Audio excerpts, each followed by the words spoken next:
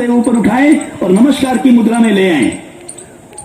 संतुलन बनने से शारीरिक और मानसिक संतुलन बनता है।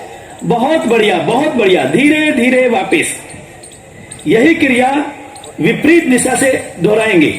भाई को दाईं जंघा मूल पे लगाते हुए तलवे को जंघा के साथ सटा दें। भुजाओं को श्वास भरते हुए बगल से ऊपर लेकर आए और नमस्कार की मुद्रा। बहुत सुंदर आसन किया आपने। इससे हमारा स्नायु तंत्र स्वस्थ बनता है। करके आए, भुजाएं कानों के साथ सटा दें। हथेलियों में कंधों जितना फासला हो, पैरों में वही 2 इंच का फासला है। श्वास बाहर निकालते हुए कमर के निचले भाग से धीरे धीरे झुकना प्रारंभ करें। अंत में दोनों हथेलियों को पैरों के दाएं बाएं धरती पर टिका करके माथे को घुटनों के पास लाएं, लेकिन घुटने ना मुड़ें और अपनी शक्ति से अधिक कोई ना करे। यह बात विशेष ध्यान रखनी है सबको।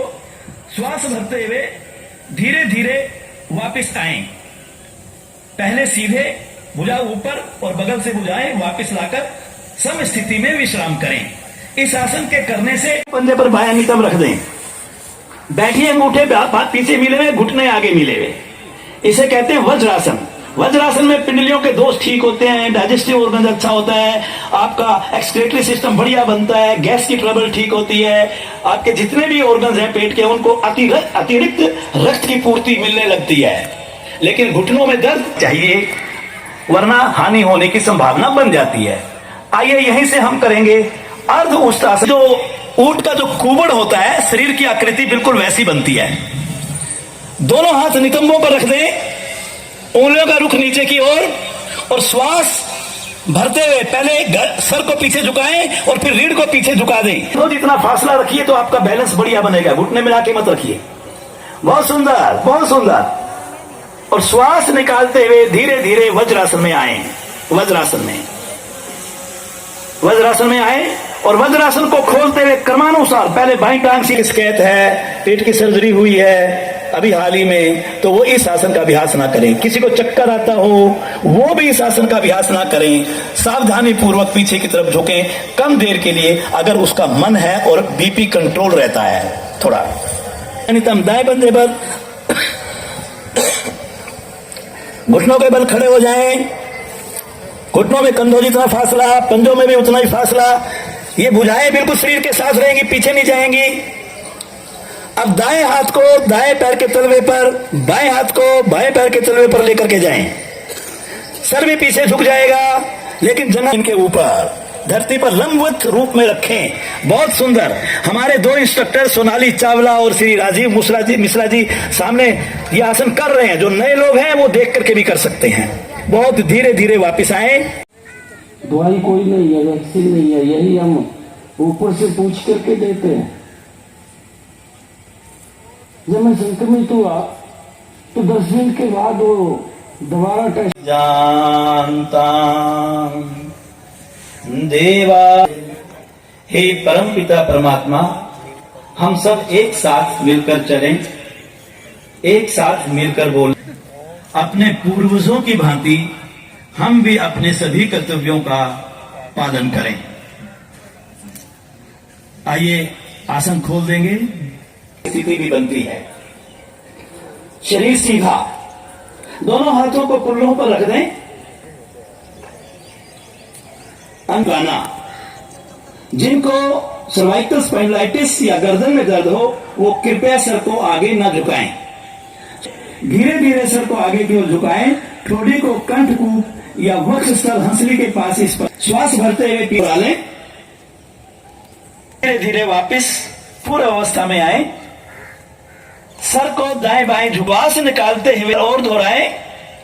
श्वास निकालते हुए दाईं ओर, श्वास भरते हुए वापस, अगली स्थिति करेंगे गर्दन को घुमाना इस प्रकार कि दाएं ठोड़ी दाएं कंधे पर आ जाए। पश्चात श्वास भरते हुए वापस, श्वास निकालते हुए बाईं ओर, श्वास भरते हुए वापस। 2 बार और इस आवृत्ति को कर लें। हमारी गर्दन की मांसपेशियां स्वस्थ बनती हैं। मस्तिष्क की तरफ रक्त का परिसंचरण बढ़िया बनता है। धीरे धीरे वापस और श्वास निकालते हुए आगे से प्रारंभ करें। 3 बार क्लॉकवाइज, 3 बार एंटी क्लॉकवाइज। गति धीमी होनी चाहिए।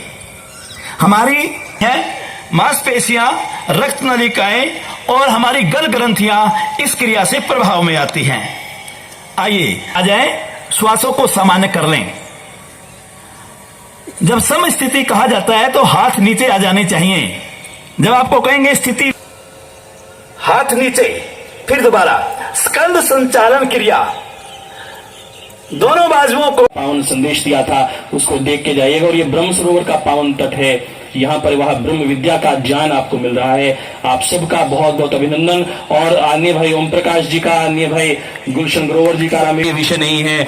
हरियाणा को ये गौरव है कि हरियाणा ने इस वर्ष से योग को अनिवार्य विषय घोषित कर दिया है। पहली कक्षा से 10वीं कक्षा तक अनिवार्य विषय के रूप में हरियाणा योग आयोग ने इस 75वें की हमने दी मां भारती के चरणों में। ये है योग की शक्ति, ये है प्रेम की शक्ति और ये है राष्ट्र। यो नः प्रचोदयात्।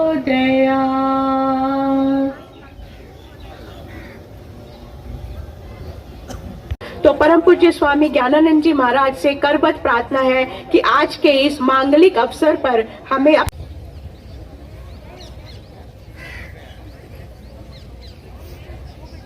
के संयुक्त तत्वावधान में इस है। तो बच्चे भी यहाँ पर योग की जो तैयारी है वो कर रहे हैं, आप देख सकते हैं तस्वीर। जो संतुलन बना सकता है शरीर और मन की पुष्टि में, जो भवन्तु लोकः समस्तः सुखिनो भवन्तु। श्रीमद् भगवद गीता की अवतरण स्थली, उपदेश स्थली, धर्म क्षेत्र कुरुक्षेत्र, कुरुक्षेत्र का यह दिव्य हृदय स्थान ब्रह्म सरोवर,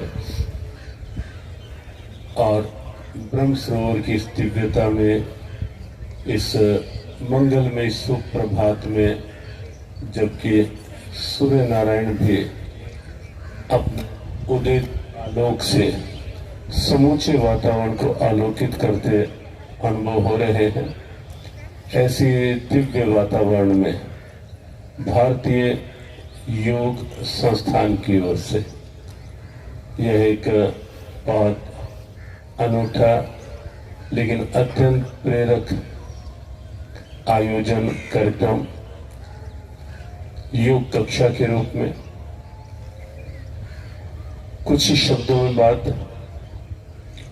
योग अपने आप में संपूर्ण जीवन प्रबंधन है। योग अपने आप में संपूर्ण जीवन विज्ञान है। योग अपने आप में जीवन का वास्तविक तत्व, महत्व और सत्व प्रकट करने का एक सबल संबल है। जिस धरा पर हम हैं, श्रीमद् भगवद गीता की यह दिव्य धरा, श्रीमद् भगवद गीता तो है ही योग शास्त्र। प्रत्येक अध्याय 18 अध्याय है। अध्याय का प्रारंभ भी नाम के साथ होता है और नाम के साथ योग आप देखेंगे। अध्याय का समापन जहां होता है, इति श्रीमद् भगवद गीता सोपनिषत्सु ब्रह्म विद्यायाम योग शास्त्रे, योग शास्त्र के रूप में होता है। तो भगवद गीता में भी आप देखेंगे कि योग की उस रूप में व्याख्या कहें या योग का उस रूप में निरूपण कहें, प्रत्येक भाव के साथ प्राणायाम हो, आसन हो, यम नियम हो, सब कुछ योग के एक भाव के रूप में साथ आहार, विहार, विचार, सबकी शुद्धि कहीं ना कहीं योग के माध्यम से होती है। शारीरिक क्षमताओं को पुष्ट करने का साधन, साथ ही विचार, सबकी शुद्धि कहीं ना कहीं योग के माध्यम से होती है। शारीरिक क्षमताओं को पुष्ट करने का साधन, साथ ही साथ मनोबल की वृद्धि का आधार, बौद्धिक क्षमताओं को सन्मार्ग की ओर प्रेरित करने का अवलंब योग, और आध्यात्मिक ऊर्जा आध्यात्मिक चेतना जिससे वंचित होकर के हम आज अपने जीवन के महत्व को समझ ही नहीं पा रहे। मनुष्य जीवन देव दुर्लभ कहा गया, सुदुर्लभ कहा गया, सुर दुर्लभ कहा गया, लेकिन जीवन को जिस ढंग से आज जिया जा रहा है, भौतिकवादी सुख संसाधन और उनके प्रभाव में कम होती क्षमताएं, बढ़ती सुविधाएं, संतुलन बनाने के लिए जो सीधा सीधा तर्क संगत, युक्ति युक्त और पूरी तरह वैज्ञानिक आधार हो सकता है, वह है योग। दिया है भारतीय योग संस्थान के लिए गौरव की बात है। और मुझे स्वामी जी महाराज जो बात कह रहे थे कि योग बैलेंस करता है। योगेश्वर भगवान श्री कृष्ण कहते हैं, योगस्थः कुरु कर्माणि संगम त्यक्त्वा धनंजयः सिद्ध असिद्ध्यो समो भूत्वा समत्वम योग उच्यते। समत्वम योग उच्यते। Balance is called yoga. Balance किसका? बैलेंस आपके बाहर के जीवन का और भीतर के जीवन का, व्यवहार काल का और साधना काल का बैलेंस, यह योग है। बैलेंस योग वो ही है। देखिए, आप अंग्रेजी के डॉक्टर, एलोपैथ के डॉक्टर के पास जाएंगे, वो बीपी बड़ा होगा तो अलग दवाई देगा, बीपी कम होगा तो अलग दवाई देगा। परंतु यदि योग के डॉक्टर के पास आएंगे, नेचुरोपैथी के डॉक्टर के पास आएंगे, वो एक ही बात कहेगा, भैया अनुलोम विलोम कर लो, बीपी नॉर्मल हो जाएगा। हाई है तो भी नॉर्मल, लो है तो भी नॉर्मल, करना एक ही काम है। एक ही तत्व बैलेंस कर रहा है, यह योग है। वो योग जो आपके हार्मोन्स को बैलेंस कर दे, जो आपके विटामिन्स को, मिनरल्स को बैलेंस कर दे, उसे योग कहते हैं। भाई बसुराडी जी का, हमारे निदेशक महोदय का